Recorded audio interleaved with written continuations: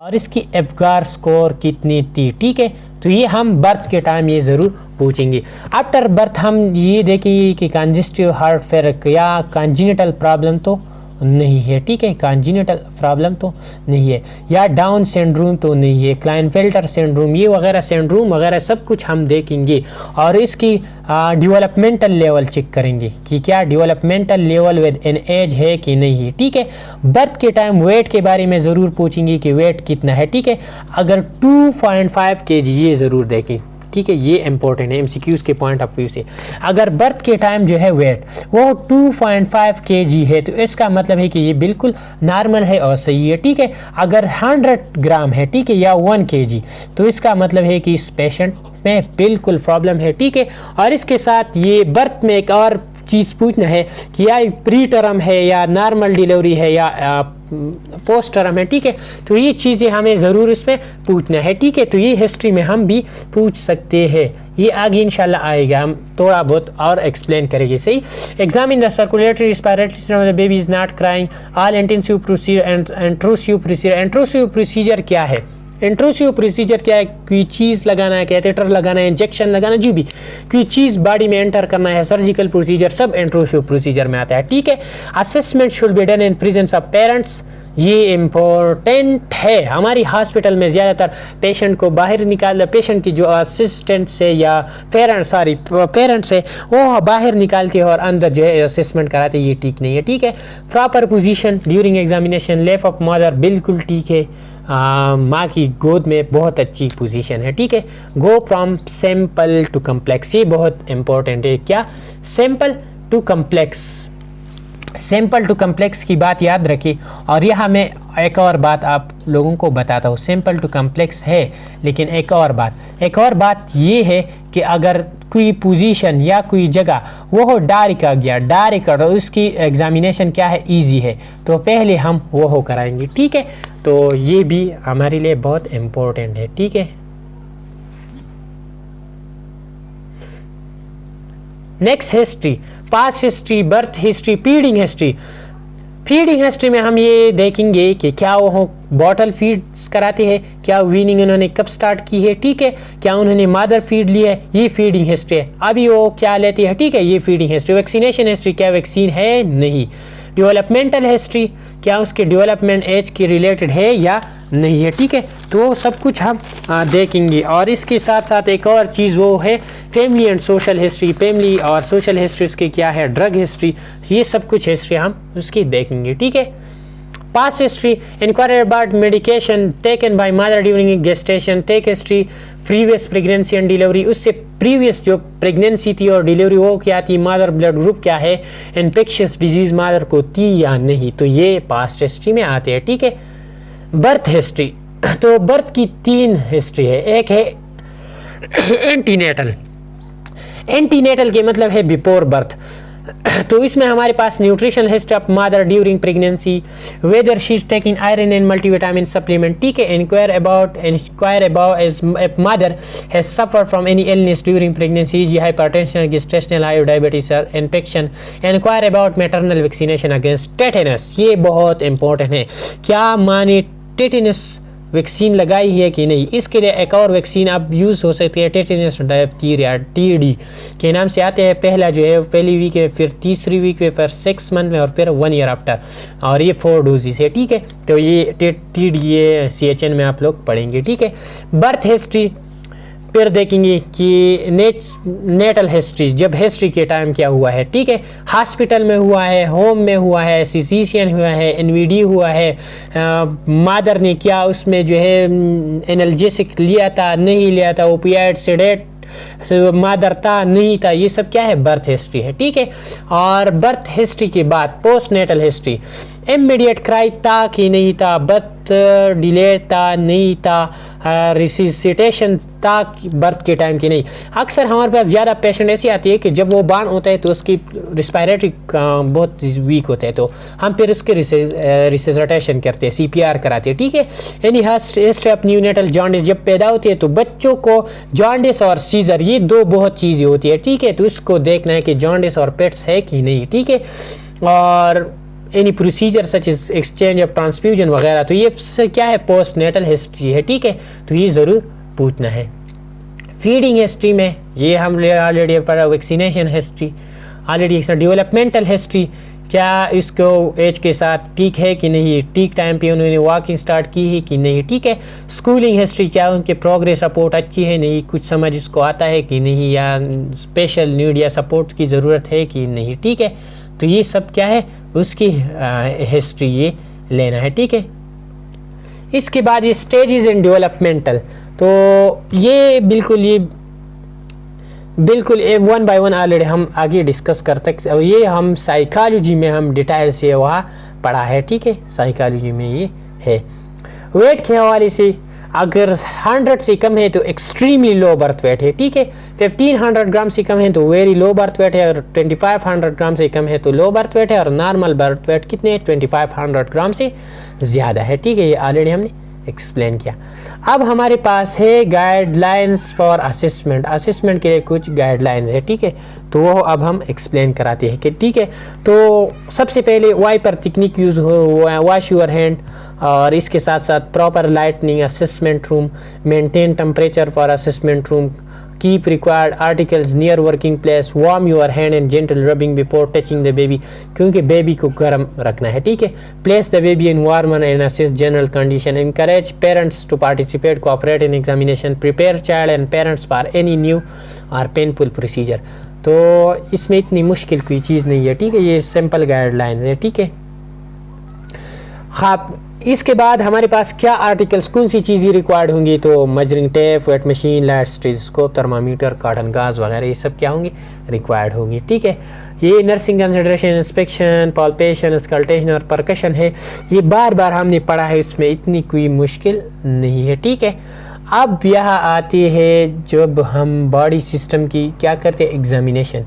तो general examination में हम क्या देखेंगे, जनरल एग्जामिनेशन में हम देखेंगे general growth pattern, overall health status, ability to keep with children और टायर्स इजीली विद फीडिंग और activity for sleep patterns, allergies, type reaction, have rash.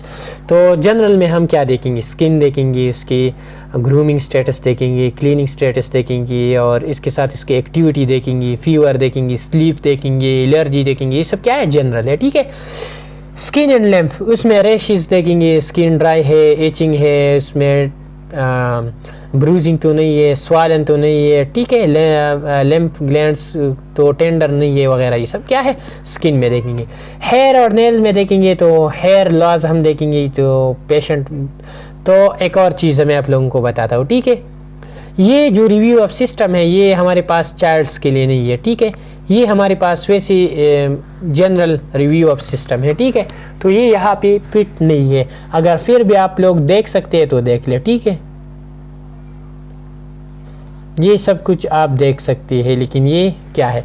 इसके बाद आप गार स्कोर ऑलरेडी हमने पढ़ा है, ठीक है, उसकी कोई ज़रूरत नहीं है। इसके एक और चीज़ स्पेक्सिया, उसको बर्थ स्पेक्सिया कहते हैं, ठीक है। Apgar is a to reassess general condition of the newborn, और बर्थ स्पेक्सिया उसको कहते हैं। उसकी स्कोर के बारे में हमने पढ़ा, 7 to 4 is consider, 7 to 10 sorry 7 to 10 is consider is normal, 4 to 6 required some resistive measure, और 3 to below immediate resistive measure, और 0 है तो बिल्कुल डेथ है, ठीक है।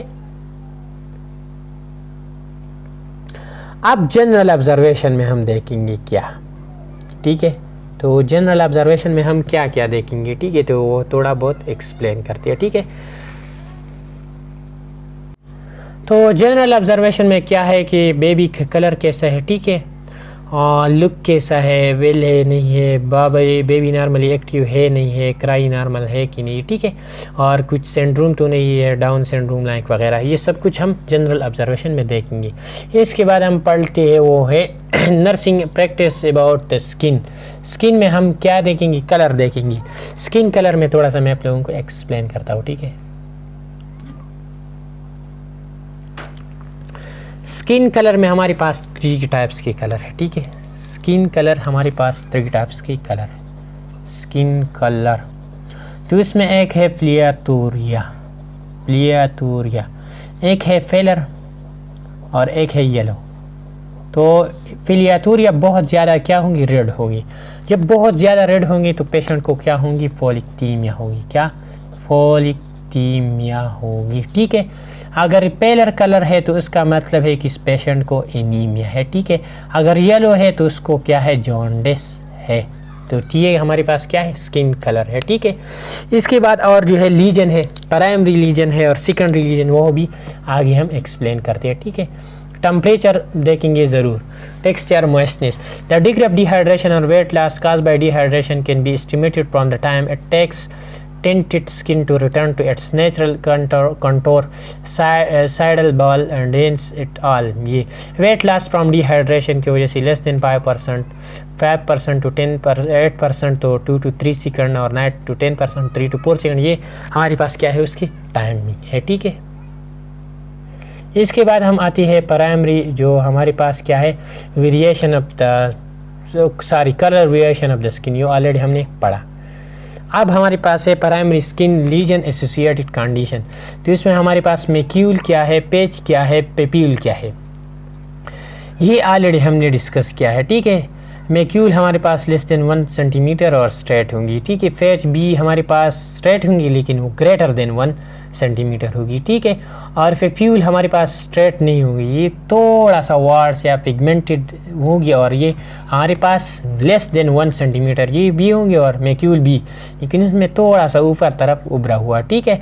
उसके बाद नोडील हमारे पास 1 to 2 सेंटीमीटर होगी और नोडील ट्यूमर हमारे पास 2 सेंटीमीटर से ज़्यादा होगी, ठीक है। इसकी वजह से वेसिकल हमारे पास वो लेस देन 1 सेंटीमीटर होंगी, बहुत कम होगी, ठीक है। लेकिन हमारे पास ये फ्लूइड से फिल्ड होगा, ये और जो चीज़ें थी वो फ्लूइड से फिल्ड नहीं थी, लेकिन वेसिकल में हमारे पास क्या होंगी, फ्लूइड होंगी, ठीक है। उसके बाद पुस्ट्यूल, तो जाहिर सी बात है कि पुस्ट्यूल में हमारे पास क्या होंगी, इसके एग्जांपल इम्फेटिगो और एक्नी है, उस वेसिकल फ्यूरिलेंट फ्लूइड होगी उसमें, ठीक है। बुल्ला, उसकी साइज़ भी ज़्यादा होगी और इसमें भी फ्लूइड होगी, ठीक है। और आखिर में हमारे पास है व्हील, ये इर्रेगुलर एलिवेटेड सॉलिड एरिया है, ठीक है, एडिमेशियस स्किन में होती है, ठीक है, तो उसको कहते हैं व्हील। तो ये हमारे पास प्राइमरी स्किन लीजन थी, ठीक है। अब हम बात करते हैं हेड की। तो हेड में हमारे पास क्या है, हेड की अगर मैं थोड़ा सा आप लोगों को बताता हूँ, ठीक है, एक्सप्लेन करता हूँ, ठीक है, पेशेंट की हेड के बारे में। पेशेंट की हेड्स के बारे में अब इम्पोर्टेंट डायरेक्ट से मैं आप लोगों को बताता हूँ कि हेड की सरकम्पेरेंस क्या है। सरकम्पेरेंस, तो हेड के अगर हम सरकम्पेरेंस की बात करें तो है 33 to 35.5 सेंटीमीटर, ये क्या है, नॉर्मल है, ठीक है।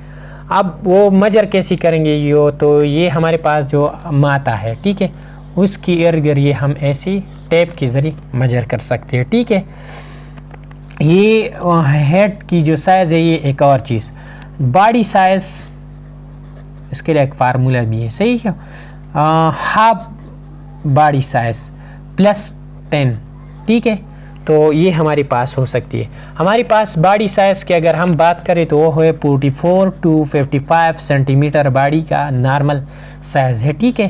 तो लेट सपोज़ हम 50 सेंटीमीटर लेते हैं नॉर्मल, ठीक है, 50 सेंटीमीटर ले, उसके हाफ कितनी होगी, वो होगी 20, हाफ बॉडी साइज़ तो होगी 25 + 10 = 35 सेंटीमीटर इस पेशेंट की नॉर्मल हेड सरकम्पेरेंस होगी, ठीक है। तो अगर साइज़ ज़्यादा है तो उसको कहते हैं मैक्रोसेफेलस। क्या, मैक्रो की मतलब बड़ा, सेफेलस, और इसके एग्जांपल हमारे पास है हाइड्रोसेफेलस भी हो सकती है, ठीक है, हाइड्रोसेफेलस भी हो सकती है, ठीक है। और अगर कम है तो उसको कहते हैं माइक्रोसेफेलस। माइक्रो की मतलब है स्मॉल, तो उसके हेड की साइज़ क्या होगी, स्मॉल होगी। तो आप थोड़ा सा स्लाइड में एक्सप्लेन करते हैं, ठीक है। Observe colour shape of the head, measure head circumference, इतना check for any lesion, cephalohematoma, moulding, caput, hydrocephalus, birth marks, discolour, ये सब चिक देखना है, ठीक। साइमेट्री, फाल्फेट, पोस्टीरियर फ्रंटालिस। अब सरकम्पेरेंस में measure around the parts of head in centimetre, this should be above eyebrow and ear, ये हमने पढ़ा, ठीक है। The average newborn measure 33 to 35.5 centimetre, generally newborn is about half of the body length in centimetre +10, ये हमने पढ़ा। Microcephaly, abnormal small head, poor brain growth, it can be isolated finding or it may be associated with genetic syndrome, congenital infection भी हमारे पास में हमारे पास कॉन्जिनिटल problem अगर है तो हमारे पास माइक्रोसेफेली होगी, ठीक है, कॉन्जिनिटल प्रॉब्लम। मैक्रोसेफेली एक्सेसिव हेड साइज में बी एसोसिएटेड विद हाइड्रोसेफेलस और ड्वार्फिज्म, ठीक है। तो ये हमारे पास क्या थी, हेड सरकमफेरेंस थी। ये हमारे पास क्या है, डिफरेंट सूचर है, ठीक है। ये मैं आप लोगों को बताता हूँ कि ये जो सूचर है हमारे पास, ये 3 मंथ्स तक ये इंटेक्ट नहीं होता, ठीक है। तो ये क्या है, ये हमारे पास जनरल बात है, ये आप लोगों को याद रखना चाहिए, ठीक है। अब है पाल्पेट फोंटेनेलिस। हमारे पास जो बेबी है उसमें 2 किस्म की फोंटेनेलिस, एक है एंटीरियर फोंटेलाई, एक है पोस्टीरियर फोंटेनेली, ठीक है, fontanelle, sorry. The soft spot of the top of the baby head, there are 2 soft spot on the top of the baby head, anterior fontanelle and posterior fontanelles, ठीक है। अब हम आती है कौन सी चीज़ की तरफ, लेंथ मेजरमेंट। तो लेंथ कैसे मेजर करेंगे, पेशेंट को बिल्कुल स्ट्रेट करेंगे और इसको हेड से लेकर फुट तक ये सब मेजर करेंगे, और इसके हेड जो है ये साइज़ जो है 44 to 55 सेंटीमीटर क्या है, नॉर्मल, ऑलरेडी हमने पढ़ा। अब हम आते हैं आई की तरफ। तो आई में हम साइमेट्री देखेंगे, उसके कलर देखेंगे, और इसके कलर में एक चीज़ है कि अगर येलो कलर है इसका मतलब है जॉन्डिस है उसको, ठीक है। और इसकी 2 रिफ्लेक्सेस है, डोल आई रिफ्लेक्स इन गॉल बिला रिफ्लेक्स, ये दोनों हम अब पढ़ते हैं, ठीक है। तो हमारे पास जो है डोल्स आई रिफ्लेक्स कैसा है, डोल्स आई रिफ्लेक्स ऐसा है कि ये लेट सपोज हमारे पास एक पेशेंट है, बच्चा है, ठीक है, उसके आइज़ की तरफ हम देखेंगे, और इसके हेड अगर हम इस तरफ रोटेट करेंगे तो उसकी जो आई है उस तरफ रोटेट होंगी ऑटोमेटिकली, ठीक है। अगर इस तरफ रोटेट करेंगी तो इस तरफ ये क्या होंगी, रोटेट होंगी। तो इसका मतलब है जिस तरफ उसके आप उसके हेड जो है रोटेट करते हो तो उसके आई भी उसकी तरफ रोटेट होते हैं, उसको कहते हैं डोल्स आई रिफ्लेक्स। और ये रिफ्लेक्स हमारे पास 2 to 3 मंथ्स होती है, ठीक है, 2 to 3 मंथ्स ये रिफ्लेक्स होती है, उसको कहते हैं डोल्स आई रिफ्लेक्स। दूसरा है गॉल बेला रिफ्लेक्स। गॉल बेला रिफ्लेक्स ये है कि हमारे पास जो पेशेंट है उसकी माथा पर खासकर जो मिडल ऑफ द जो आई उसके ऊपर हम अगर टैप करते हैं, क्या करते हैं, टैप करते हैं, तो उसको आई जो है वो क्लोज करते हैं, उसको कहते हैं गॉल बेला रिफ्लेक्स। तो ये 2 हमारे पास क्या थी, रिफ्लेक्स थी, आई की ये 2 टाइप्स की रिफ्लेक्स है, ठीक है। अब हम आते हैं एयर्स की तरफ, ठीक है, कौन सी चीज़ की तरफ, एयर्स की तरफ। तो एयर्स में हम क्या करेंगे, कलर चेक करेंगे और कंपेयरिंग करेंगे, और बॉडी कलर के साथ उसको कंपेयर करेंगे कि बॉडी कलर के साथ उसको इसका आई कलर है कि नहीं है, और इसकी शेप, साइमेट्री। और एक दूसरा चीज़ है माइक्रोटिया और मैक्रोकिया। इसमें हमारे पास क्या है कि जो एयर है वो बड़ा है या स्मॉल हो चुका है, ठीक है, और इसके डिस्चार्ज देखेंगे, और इसमें एक रिफ्लेक्स है उसको कहते हैं स्टार्टर या मोरो रिफ्लेक्स। ये हमारे पास क्या है, हमारे पास मोरो रिफ्लेक्स क्या है, ठीक है। तो मोरो रिफ्लेक्स ऐसी है कि जब आप साउंड प्रोड्यूस करते हैं, साउंड, ठीक है, तो उसमें ये है कि ये 2 to 3 मंथ्स तक ये होती है, ठीक है, ये जो हमारे पास रिफ्लेक्सेस है, मोरो रिफ्लेक्स।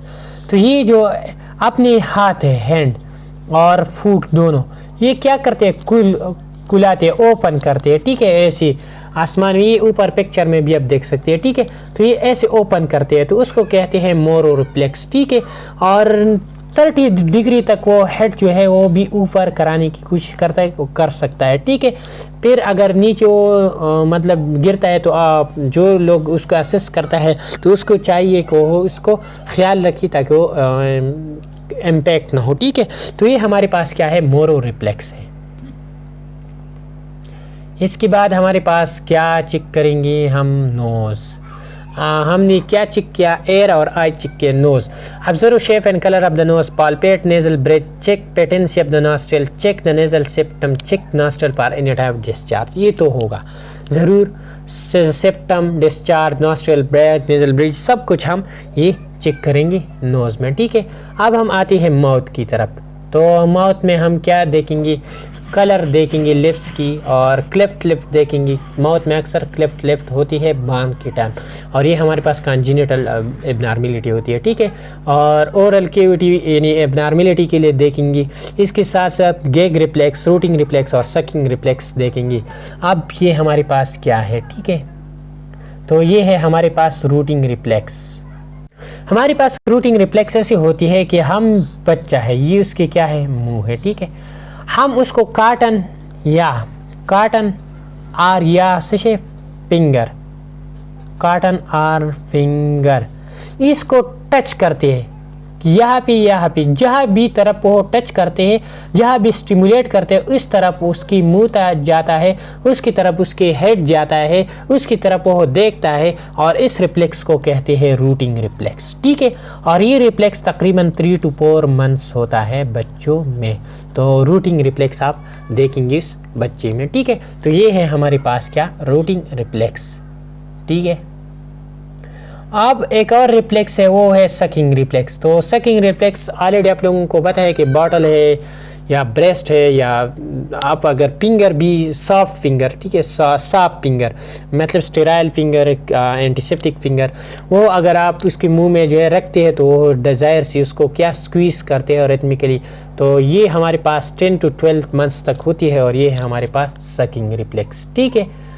फिर अब हम आते हैं नेक की तरफ। तो check the range of motion of the neck, check the position and symmetry of trachea, auscultate tracheal sound, check carotid pulsation, check tonic neck reflex. तो हम नेक के रिफ्लेक्स देखते हैं कि टॉनिक नेक रिफ्लेक्स देखें, कैरोटिड पल्सेशन देखेंगे, neck में जो भी है ट्रेकिया देखेंगे, और की पोजीशन देखेंगे, ये सब क्या हम नेक में देख सकते हैं। अब हमारे पास है टॉनिक नेक रिफ्लेक्स। तो ये रिफ्लेक्स हमारे साथ क्या है, ठीक है। तो ये रिफ्लेक्स हमारे पास ऐसे होते हैं कि पेशेंट की हेड है, ठीक है, हेड है, नीचे उसके बॉडी में हैंड है और फुट है, ठीक है। तो जिस तरफ आप हेड इसकी रोटेट करते हैं, जिस तरफ आप उसके हेड रोटेट करते हैं, तो इसकी तरफ जो है उसकी जो हैंड एंड लेग, हैंड और लेग की क्या होती है, एक्सटेंशन होती है, क्या होती है, एक्सटेंशन होती है। जिस तरफ आप उसके हेड रोटेट करते हैं तो इसकी तरफ उसके हैंड और लेग की क्या होती है, एक्सटेंशन होती है।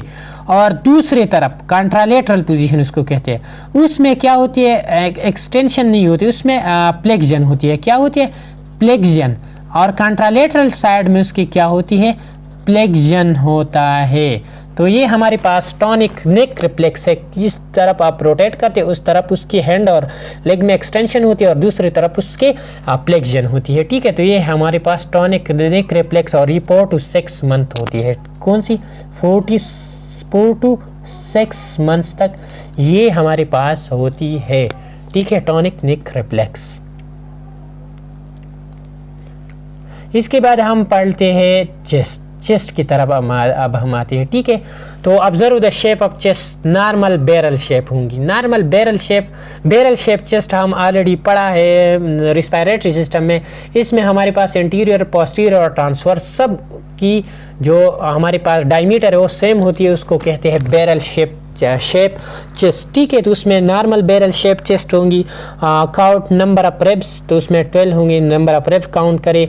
चेस्ट की सरकमफेरेंस हमारे पास कितनी होंगी, तो ये MCQs के लिए बिल्कुल याद रखिए, रट्टा रखिए, 30 to 33 सेंटीमीटर हमारे पास चेस्ट की सरकमफेरेंस होगी, ठीक है। Observe position and symmetry of the nipples की, क्या वो सही पोजीशन में और साइमेट्री ठीक है कि नहीं। ब्रीथिंग साउंड अस्कल्टेट करें, और एपिकल पल्स भी आप लोग अस्कल्टेट चेक करें, ठीक है। तो ये है रिस्पायरेटरी रेट पेशेंट की, ठीक है, पेशेंट की सॉरी बच्ची की। जब बच्चा पैदा होते 30 to 60, 1 year 20 to 40, 3 year 20 to 30, 6 year 16 to 22, 10 year 16 to 20, और 17 year 12 to 20, और एडल्ट टू 12 to 18, ये वगैरह। तो ये हमारे पास क्या है, नॉर्मल रिस्पायरेटरी रेट है, ठीक है। और यहाँ पे हमारे पास है हार्ट बीट नॉर्मल, तो एवरेज और नॉर्मल हार्ट बीट हमारे पास ये है, ठीक है। न्यू बॉर्न के हमारे पास 100 to 160 है, और इन्फेंट्स टू 2 year 80 to 130, और 2 to 6 year 70 to 120, और 120, 110, 100, 90, और ऐसे 10 कम होती है, ठीक है। तो ये याद रखिए, न्यू बॉर्न 120, और फिर 2 year तक 110, 6 year तक वो 100, तो ये याद रखिए, वो 10 उससे माइनस करिए एवरेज से, ठीक है।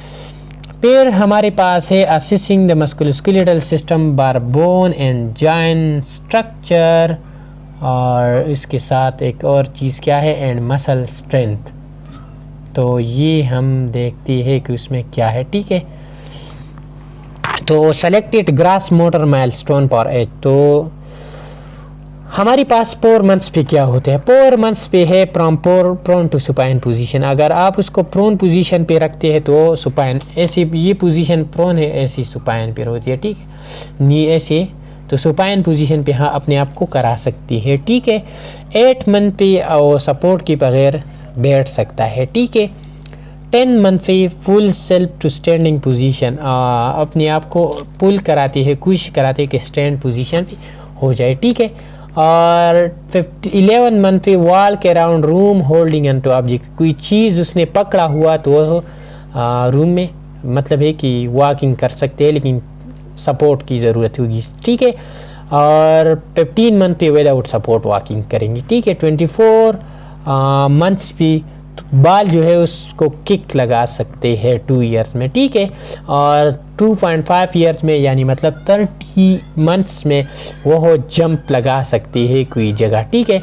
और 3 ईयर्स में वो हो बाल थ्रू बाल्स ओवरहेड कर सकते हैं, ठीक है। तो ये हमारे पास क्या है, माइलस्टोन है मसल स्ट्रेंथ की, ठीक है। नेक्स्ट हमारे पास क्या है, एक्सपेक्टेड लैंग्वेज डेवलपमेंट।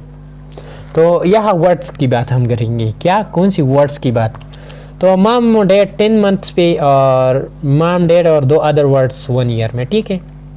15 मंथ्स तक 4 to 6 वर्ड वोकेबलरी, 18 मंथ्स तक 20 वर्ड्स वोकेबलरी। और पायो बॉडी पार्ट्स का नेम भी आप वो जो है मतलब कह सकते हैं, ठीक है। 20 मंथ्स तक 2 वर्ड्स कंबाइन भी कर सकती है, 2 वर्ड कम्बिनेशन कर सकती है। और 36 मंथ में वो 3 वर्ड सेंटेंस बना सकती है, मतलब प्लूरल सेंटेंस बना सकती है, ठीक है। तो ये लैंग्वेज एक्सपेक्टेड क्या है पेशेंट की, तो ये भी याद रखिए, ठीक है। अब हम आते हैं अपर लिम्स की तरफ। तो अब हम अपर लिम्स में क्या देखते हैं, check colour and texture of the upper limbs, count number of fingers हम काउंट करेंगे। और एक और बात, फॉलीडेक्टाइल के मतलब है कि एक्स्ट्रा फिंगर, और सेंडेक्टाइल के मतलब है कि फ्यूज्ड फिंगर, ठीक है। 2 फिंगर अगर ऐसे फ्यूज्ड है तो उसको सेंडेक्टाइल कहते हैं, और 1 फिंगर इजाफी है तो उसको फॉलीडेक्टाइल, ये ऑलरेडी हमने डिस्कस किया है, ठीक है। Check the range of motion, measure the length of the upper limb compare with each other, और check joints for any location, check crease of the form, crease of the form ये check करना है, अगर एक crease है तो उसका मतलब है डाउन सिंड्रोम है, ठीक है। और ग्रेस्प रिफ्लेक्स हमारे पास क्या है, ठीक है। तो से एक्सप्लेन करता हूँ ग्रेस्प रिफ्लेक्स आप लोगों को। ग्रेस्प रिफ्लेक्स हमारे पास ऐसी है कि बच्ची की अगर हैंड है, क्या है हैंड, अगर उसमें आप ऐसा फिंगर जो है आप ना जो है एक फिंगर उसको देते हैं, ठीक है, तो वो जल्दी से उसको क्या पकड़ लेते हैं, उसको कहते हैं ग्रेस्पिंग, तो उसको कहते हैं ग्रेस्प रिफ्लेक्स। और आई थिंक ये 2 मंथ्स तक ये रिफ्लेक्स होता है, ठीक है। कितने टाइम तक होता है, 2 मंथ्स तक ये रिफ्लेक्स होता है नॉर्मली। तो ये अपर लिम्ब हमारे पास ये है ग्रेस्प रिफ्लेक्स, ठीक है। तो ये है हमारे पास ग्रेप्स, और ये 3 to 4 मंथ्स है, ठीक है। 2 मंथ्स नहीं, ये 3 to 4 मंथ्स है, ठीक है। तो ये याद रखिए, ठीक है। तो ये है हमारे पास palmar grasp reflex. Expected fine motor development for age, तो हमारे पास क्या है, ट्रांसफर ऑब्जेक्ट बिटवीन हैंड्स, एक हाथ से दूसरे हाथ तक चीज़ जो है ट्रांसफ़र करा सकते हैं वो 7 मंथ्स तक, ठीक है। 7 मंथ्स के बाद fix up small objects 10 months, feed self with cup and spoon 12 months, scribbles with crayon और पेंसिल, ऐसे हमारे पास जब ये 18 months, builds 2 block tower 24 months, 4 block tower 30 months, और on first in front buttons 36 month. ये हमारे पास क्या है, expected fine motor development age की निस्बत। अब हमारे पास है एब्डामिन, तो एब्डामिन में 2 चीज़ें आप लोगों को ज़रूर याद हैं, एक है ओफलोसील और एक है गेस्ट्रोचीसिस। ओम्पेलोसील्स हमारे पास क्या है कि इंटरनल आर्गन अगर सेक में इंटेक्ट है तो उसको कहते हैं ओम्पेलोसील्स, और अगर सेक में इंटेक्ट नहीं तो उसको कहते हैं गेस्ट्रोसील्स। और इसके साथ हम एब्डामिन की जो गर्थ है वो सरकम्पेरेंस है उसको मेजर करेंगे, और ये हमारे पास चेस्ट के साथ उसकी जो मेजरमेंट है वो सेम होगी, ठीक है। और इसके साथ हम अम्बेलिकस एब्डामिन में देखने हैं कि उसमें कोई पस डिस्चार्ज वगैरह तो नहीं है, ठीक है। और इस गट की जो साउंड है वो हम अस्कल्टेट करेंगे, ठीक है, पेशेंट इस बच्चे में। तो ये है एब्डामिन, ठीक है। इसके बाद हम जेनिटल एरिया, तो जेनिटल एरिया में अगर मेल है तो मेल की टेस्टिस देखें और हाइड्रोसील देखें। हाइड्रोसील हमारे पास जो टेस्टिस है अगर वो प्लेट से भरा हुआ है तो उसको कहते हैं हाइड्रोसील। और इसमें एपिस्टेडियस और हाइपोस्टेडियसिस हमारे पास जो सुराख कोई होता है अपर तो उसको कहते हैं ईपी, और नीचे तो उसको हाइपोस्टेडियसिस कहते हैं, ठीक है। और कोई डिस्चार्ज तो नहीं है। फीमेल में हम यूरेथ्रल वेजाइनल ओपनिंग देखेंगे और इसके साथ कोई डिस्चार्ज तो नहीं है, वो देखेंगे, ठीक है। नेक्स्ट हमारे पास है लोअर एक्सट्रीमिटीज़। तो लोअर एक्सट्रीमिटीज़ में हम क्या देखते हैं, तो उसके कलर, टेक्सचर और लोअर लिम्स वगैरह ये तो हम ज़रूर देखेंगे, ठीक है। इसके बाद रेंज ऑफ मोशन देखेंगे, काउंट, नंबर ऑफ फिंगर हम काउंट करेंगे कि कितने हैं, 1 2 3, ये 10 है कि नहीं दोनों, और 5 है कि नहीं फीट में, ठीक है। और सेंडेक्टाइल और पॉलीडेक्टाइल ये ऑलरेडी हमने पढ़ा, ठीक है। ये और क्लब फुट ज़रूर देखेंगे। ये जी हमारे पास क्या है, कॉन्जेनिटल एबनॉर्मलिटी में ही हो सकती है, ठीक है। Check crease of the sole भी हम देखेंगे कि इसमें क्रीज कितने हैं, measure the length in compare with each other. और plantar reflex, placing reflex, withdrawal reflex और क्रॉस एक्सटेंशन, ये एक एक हम अब पढ़ते हैं कि प्लांटर रिफ्लेक्स हमारे पास क्या है, प्लेसिंग रिफ्लेक्स क्या है, विड्रॉल रिफ्लेक्स क्या है। तो सबसे पहले हमारे साथ है प्लांटर ग्रेस्प रिफ्लेक्स। तो ये क्या है, ठीक है। तो प्लांटर ग्रेस्प रिफ्लेक्स हमारे पास ये है कि बॉल ऑफ द फीट जब आप टच करते हैं, ठीक है, तो न्यू बॉर्न बेबी क्या करते हैं, तो इसकी जो टूज है, टू वो डाउनवर्ड की तरफ आती है, ठीक है। ये थोड़ा सा मैं प्लांटर ग्रेस्प रिफ्लेक्स आप लोगों को बताता हूँ। ये हमारे पास क्या है, फीट है, ठीक है। जब हम उसकी ये बॉल रिफ्लेक्स, तो ये जो उसकी टू है ये डाउनवर्ड की तरफ आता है, क्या, डाउनवर्ड की तरफ। तो इसको कहते हैं grace plantar reflex, grace plantar reflex. और ये 8 to 10 मंथ्स तक होती है, कितनी, 8 to 10 मंथ्स तक ये होती है, ठीक है। दूसरा हमारे पास है बेबिनिस की रिफ्लेक्स। ये ऑलरेडी हमने डिस्कस किया है लेकिन फिर से हम ये भी पढ़ेंगे। ये 2 ईयर्स तक होता है। अगर हम उसको पाल्मर रीजन पे कोई ऐसी फिंगर वगैरह ऐसी, ये पाल्मर रीजन ऐसी कोई फिंगर वगैरह ऐसा टच करते हैं तो इसकी जो 2 है वो अपर की तरफ जाता है और जो फिंगर है वो नीचे तरफ आ जाता है, ठीक है। तो बेबिनिस की reflex when the sole of the foot is firmly stroke the big 2 hands back toward the top of the foot and the other 2 span out. This normally reflects up to 2 years of age. तो ये हमारे पास ये reflex. और reflex है उसको कहते हैं placing या स्टेपिंग रिफ्लेक्स। ये रिफ्लेक्स बहुत अच्छी तरीके से है। ये ऐसा रिफ्लेक्स है कि आप टेबल पर जो है पेशेंट है, बच्चा है, वो ऐसा रखने की कोशिश करेंगे। जब उसकी जो फीट है वो टेबल के साथ टच होता है तो वो अपनी नी जो है वो रिफ्लेक्स करता है और ऐसी कोशिश करते हैं कि आगे चलने की कोशिश करते हैं, ठीक है। तो इसलिए कि वो कहते हैं कि मेरा जो फुट है ऑलरेडी टच हो गया, इसलिए तो फॉरवर्ड कोशिश करता है, ठीक है। तो आप पढ़ते हैं the baby is held vertically with the back against the examiner, the dorsal part of the one foot is move forward so that the dorsum of the foot touch the under surface of the edge of the table. The baby will flex the knee and bring the foot up, a start of trying to step up on the table. Disappear within 2 months, ठीक है।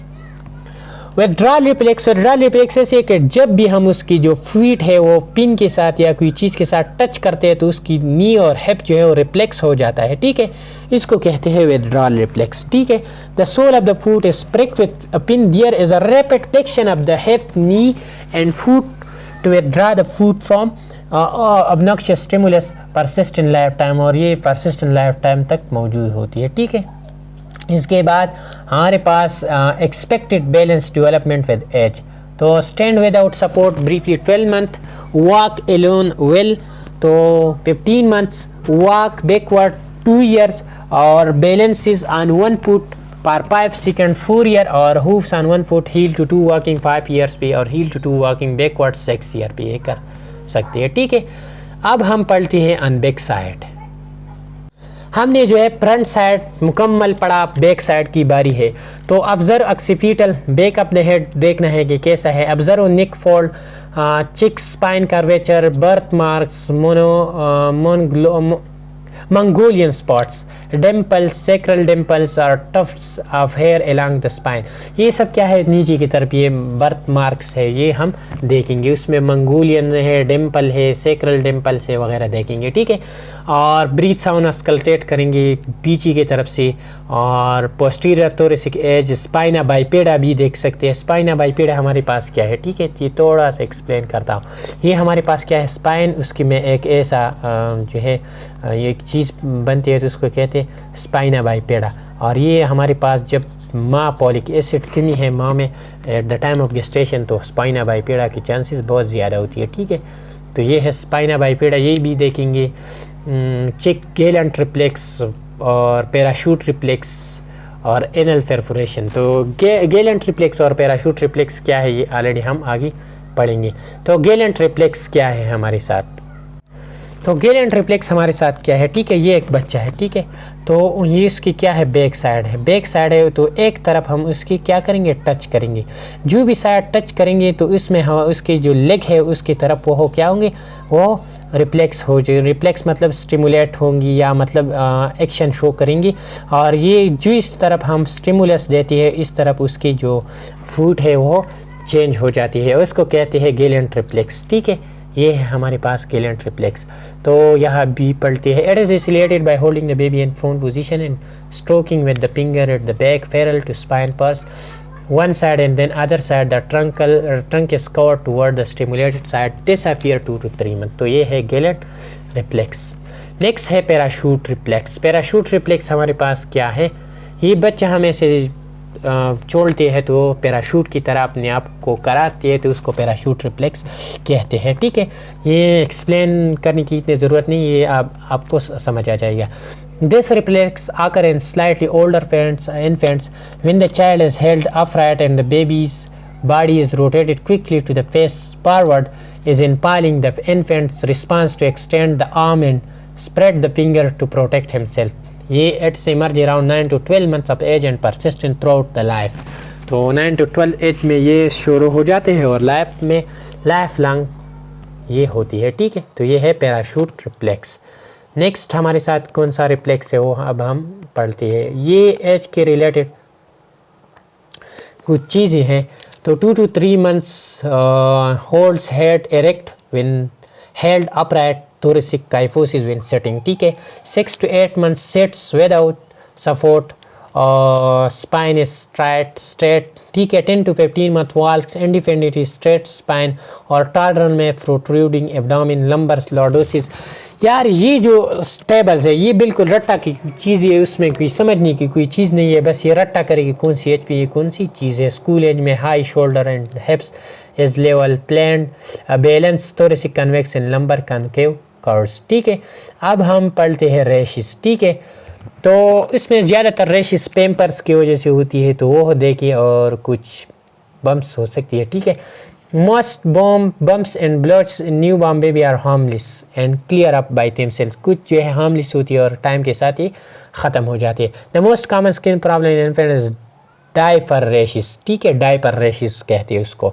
Diaper rashes and irritation in the skin caused by dampness, urine or feces। Most babies who wear diapers will have some types of disappear diaper rashes at some point, ठीक है। तो ये बात याद रखिए, कुछ harmless से ख़त्म हो जाते हैं और डायपर रेशेस होते हैं।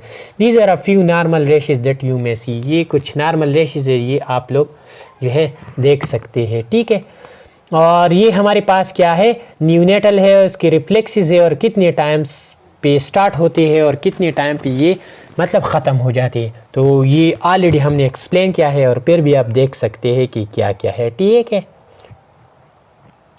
और ये क्रेनियल नर्व है, ये बिल्कुल सेम बॉडी की तरह जो ऑलरेडी हमने क्रेनियल नर्व पहले ही डिस्कस की है वो हो क्रेनियल नर्व है, ठीक है। अब हम आते हैं कंक्लूजन की तरफ। तो newer be word to ask a doctor और मेडिक टू सी चाइल्ड ठीक है, if you find or suspect any abnormality a doctor must be notify. ऐसी अगर चाइल्ड देखते हैं तो कोई डरने की ज़रूरत नहीं है। अगर कोई एबनॉर्मलिटी हो फिर डॉक्टर को नोटिफाई करा सकते हैं। ठीक है, if you are unsure an abnormality is present ask doctor to confirm. अगर आप श्योर नहीं है और आपको कोई एबनॉर्मलिटी लगती है तो फिर डॉक्टर से कंफर्म करें। Routine physical examination takes only few minute and should be carried out in all infant as soon as possible. तो ये है हमारे पास उसकी कंक्लूजन। तो ये थी हमारे पास हेल्थ असेसमेंट और कंप्लीट हेल्थ असेसमेंट हमने कंप्लीट किया। आई थिंक ये कितने टाइम में हुआ, तो ये हमारे पास तकरीबन 6 to 7 आवर्स के बीच में हुआ है। ठीक है, तो इसमें कंप्लीट हेल्थ असेसमेंट 2 हमने डिस्कस किया। मैंने कोशिश की कि जल्दी आप लोगों को एक्सप्लेन करें, लेकिन तो इसमें अगर कोई पॉइंट की मिस्टेक्स हो या कोई और प्रॉब्लम हो तो इसके लिए सारी, अगर कोई गलती हो तो फिर भी आप कमेंट में पूछ सकती है, फिर भी मैं आपको सही तरीके से जो इसकी रिप्लाई देता हूँ। ठीक है, ये टाइम बहुत शॉर्ट था, मैंने कोशिश की बहुत थोड़े से टाइम में आपका जो सारा हेल्थ असेसमेंट हो मैं कवर करूँ, तो इसलिए मैंने बहुत सी एफर्ट की कोशिश की। तो इसलिए आप जो है मेहरबानी करके चैनल सब्सक्राइब करिए, वीडियो को लाइक करें, शेयर करें आगे, और जो भी क्वेश्चन हो वगैरह तो फिर भी हम मुझसे पूछ सकती है। ठीक है, अगर व्हाट्सएप पे रब्ता कर सकते हैं तो उसके लिए नंबर है 0345 3180 750। ठीक है, थैंक यू, वस्सलाम, अल्लाह हाफिज़।